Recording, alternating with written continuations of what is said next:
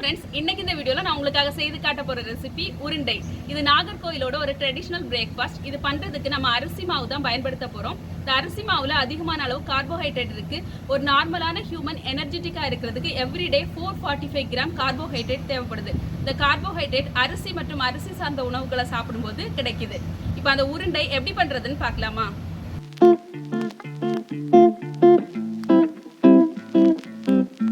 உருண்டை செய்யறதுக்கு தேவையான பொருட்கள் இதெல்லாம் பார்க்கலாம்.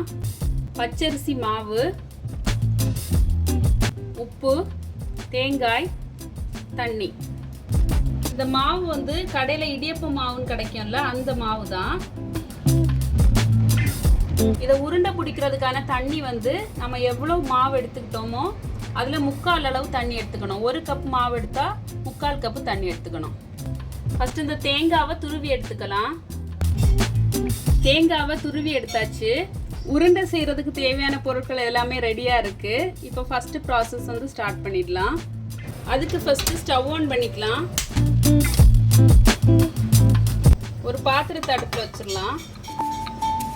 நம்ம எடுத்து வச்சிருந்த தண்ணி ஆட் பண்ணிடலாம்.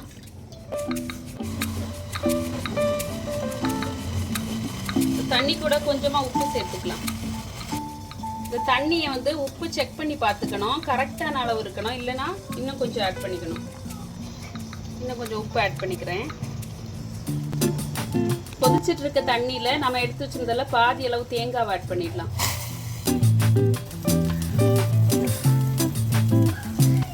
இப்போ அரிசி மாவு ஆட் பண்ணிடலாம். ஆஃப் பண்ணிடலாம். தண்ணி சூடாக இருக்கும் போதே இந்த மாதிரி ஒரு ஸ்பூனால் மிக்ஸ் பண்ணி விடணும்.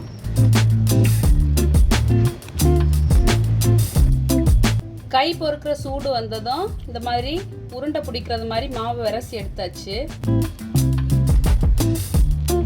இப்போ இந்த மாவை குட்டி குட்டி உருண்டைகளாக பிடிச்சி எடுத்துடலாம்.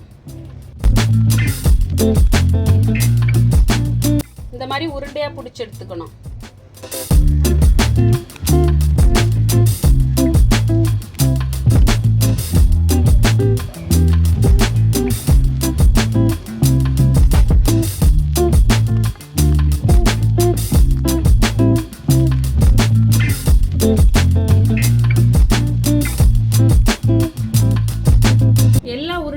பிடிச்சி எடுத்தாச்சு. நெக்ஸ்ட் இந்த தேங்காவை அரைச்சி தேங்காய் பால் எடுத்துடலாம். இந்த தேங்காயில இருந்து முதல் பால், 2ஆம் பால் ரெண்டையுமே நம்ம பிரிச்சு எடுக்க போறோம். இந்த தேங்காயில கொஞ்சமா தண்ணி சேர்த்து அரைச்சி எடுத்திருக்கோம். இதுல இருந்து பிரிச்சு எடுக்கிறது தான் முதல் பால். இப்போ ஒரு ஸ்ட்ரெயினர் வச்சுட்டு வடிகட்டி எடுத்துடலாம்.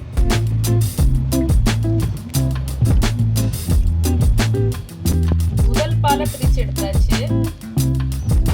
நெக்ஸ்ட் உருண்டை வேகிறதுக்கு தேவையான அளவு தண்ணி நம்ம இதுல இருந்து பிரிச்சு எடுக்க போறோம். அதான் 2ஆம் பால்.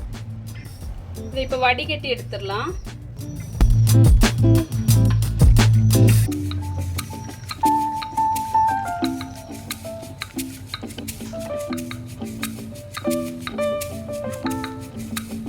உருண்டையை வேக வைக்கிறதுக்கு தேவையான தேங்காய் பாலை பிரிச்சு எடுத்தாச்சு. நெக்ஸ்ட் ஸ்டவ் ஆன் பண்ணிக்கலாம். உருண்டை வேக வைக்கிறதுக்கான பாத்திரத்தை அடுப்பில் வச்சிடலாம். இந்த பேனில் நம்ம எடுத்து வச்சிருந்த தேங்காய் பால் 2ஆவது எடுத்தோம்ல, அதை ஆட் பண்ணிடலாம். நெக்ஸ்ட்டு உப்பு ஆட் பண்ணிக்கலாம். நம்ம உருண்டையிலையுமே உப்பு சேர்த்துருக்கோம். அதனால இந்த தேங்காய் பாலுக்கு தேவையான அளவு உப்பு மட்டும் இதில் சேர்த்துக்கணும்.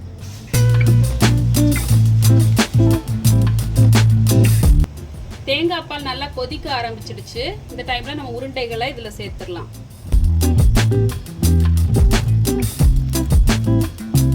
இதில் ஆட் பண்ணியிருக்க தேங்காய் பால் வந்து உருண்டைகள் கம்ப்ளீட்டாக மூழ்கிற அளவு இருக்கணும். சப்போஸ் இல்லைன்னா எக்ஸ்ட்ரா கொஞ்சம் தண்ணி ஆட் பண்ணிக்கோங்க. இந்த உருண்டைகளை ஆட் பண்ணும்போது தண்ணி நல்லா கொதிச்சுட்டு இருக்கணும். அதனால ஹை ஃப்ளேமில் வச்சுக்கோங்க. போட்டதுமே நம்ம ஸ்பூனால் கிண்டவும் கூடாது. ஏன்னா வேகிறதுக்கு முன்னாடி கிண்டினா உருண்டைகள் உடையிறதுக்கு வாய்ப்பு இருக்குது. இப்போ 1 ஸ்பூன் அளவு அரிசி மாவை தண்ணியில் கரைச்சி எடுத்துக்கலாம். இது கூட ஆட் பண்ணிடலாம். இப்போ ஒரு மூடி போட்டு வச்சிடலாம். மூடியை வந்து ஃபுல்லாக க்ளோஸ் பண்ணாமல் கொஞ்சம் கேப் விட்டு க்ளோஸ் பண்ணிக்கணும். ஏன்னா தேங்காய் பால் வந்து பொங்கி வர்றதுக்கு வாய்ப்பு இருக்குது. இப்போ 5 மினிட்ஸ் ஆயிடுச்சு. ஓப்பன் பண்ணி பார்க்கலாம்.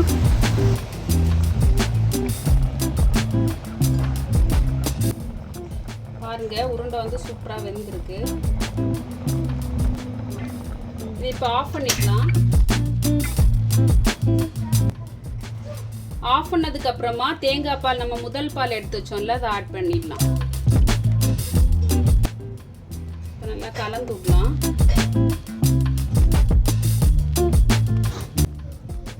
பாருங்க, சூப்பரா இருக்கும்.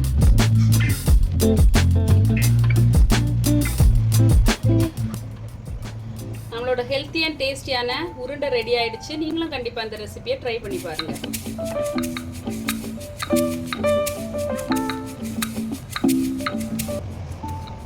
இப்போ சர்வ் பண்ணிடலாம். சர்வ் பண்ணும்போது உருண்டையும் இந்த க்ரீமியாக இருக்கிற தேங்காய் பாலையும் சேர்த்து தான் வந்து சர்வ் பண்ணணும்.